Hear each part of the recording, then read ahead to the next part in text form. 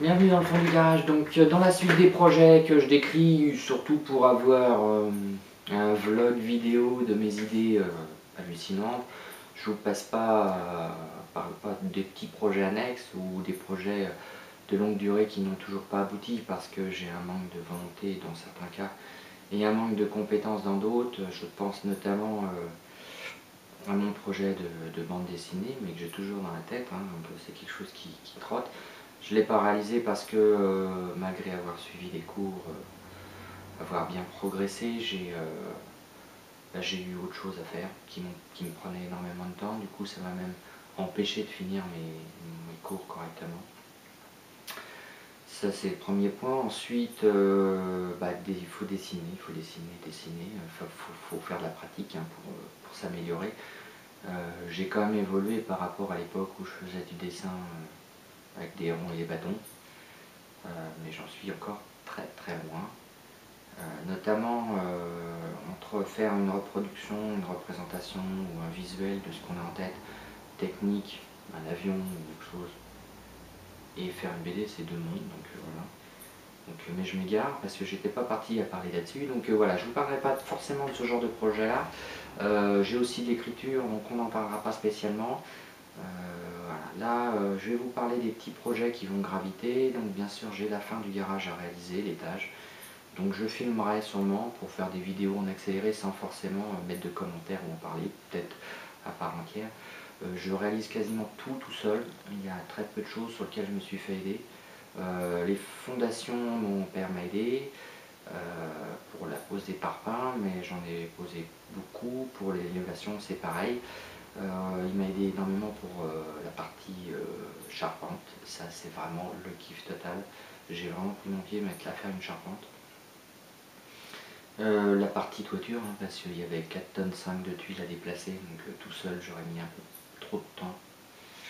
Donc ça on l'a fait tous ensemble. Donc ça il me reste encore pas mal de choses à réaliser là, j'ai pas mal de choses à réaliser dehors. Comme un appentis, des protections, j'ai mon tracteur, parce que j'ai un tracteur, un petit gris 1956 à retaper, que j'avais retapé il y a déjà 5 ans. Qui a passé quand même beaucoup trop de temps dehors, donc il faut que je le mette à l'abri, je le rentre, que je le démonte, que je le retape. Mais là j'étais parti plus pour vous parler de mes projets de menuiserie, alors j'en ai quelques-uns. Notamment actuellement je suis en train de faire un meuble, donc on va le suivre, hein. Un petit meuble de rangement pour faire les chaussures. Je fais ça un peu sans plan, parce que je me base un peu sur les meubles qu'on a d'existants dans la maison, qu'on a achetés, qui sont des meubles tout basiques, hein, des pieds, des montants, une planche, voilà, avec un peu de couleur, truc assez basique en chaîne, hein, quand même. C'est pas moi qui les ai faits, j'aurais mis trop de temps. Enfin, trop de temps, c'est relatif, hein. Par contre, je suis en train de faire un petit meuble supplémentaire, exactement dans le même style. On peut le voir là. Voilà, il est en pièces détachées là. Donc on a les montants aussi, voilà, qui sont déjà réalisés, rainurés. Alors avec les faux tenons, tenons mortaises, parce que c'est plus pratique pour moi à l'heure actuelle de m'amuser que de m'amuser sur les vrais tenons mortaises, mais je sais en faire, hein.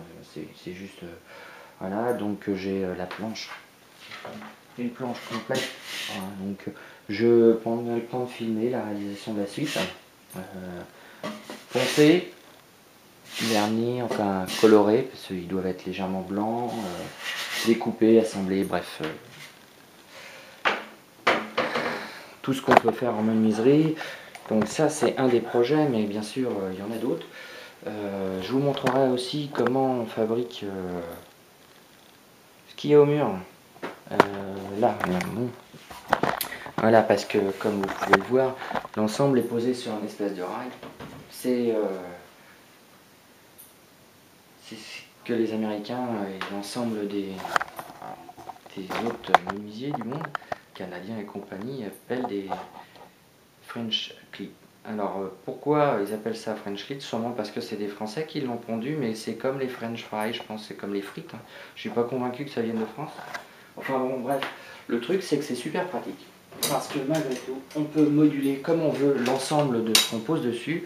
Alors c'est constitué d'un rail en bois, en V, à 45 degrés, et sur lequel on fixe des supports avec un V à 45 degrés. L'intérêt, c'est de pouvoir tout déplacer où on veut. Une fois qu'on a mis l'ensemble des rails là, on peut déplacer ce qu'on veut, comme on veut, notamment les parties par exemple liées à l'impression 3D. Si je veux les mettre ailleurs, je peux les remettre ici. Et ça c'est partout pour tout mon garage. J'en ai fait partout. J'en ai fait partout, à 2 niveaux ici. Voilà, 2 niveaux de l'autre côté aussi. Hein. Et y compris pour les fringues d'ailleurs. Hein. Y compris, alors ils sont où les fringues? Y compris pour la partie fringues. Et l'avion d'ailleurs. L'avion, lui, il n'est pas accroché avec un système de support. Mais les fringues, j'ai fait exactement la même chose. Voilà. Là, c'est pas vraiment de se faire chier. Ça marche. Je peux donc déplacer, aménager en permanence l'atelier en fonction de là où je travaille. Et donc de rapprocher les outils du plan de travail en question. Parce que c'est aussi l'intérêt. Alors par défaut, ils ont plus ou moins une place qui se définit progressivement, une fois qu'on a l'habitude de s'organiser. Mais aussi, c'est aussi l'intérêt, c'est de ramener par exemple les tournevis à côté de la machine quand on est en train de tout faire, plutôt que de prendre un tournevis à la fois, de le foutre en vrac et de tout ranger après. Voilà, c'était... Je vous montrerai ça. À ciao ciao.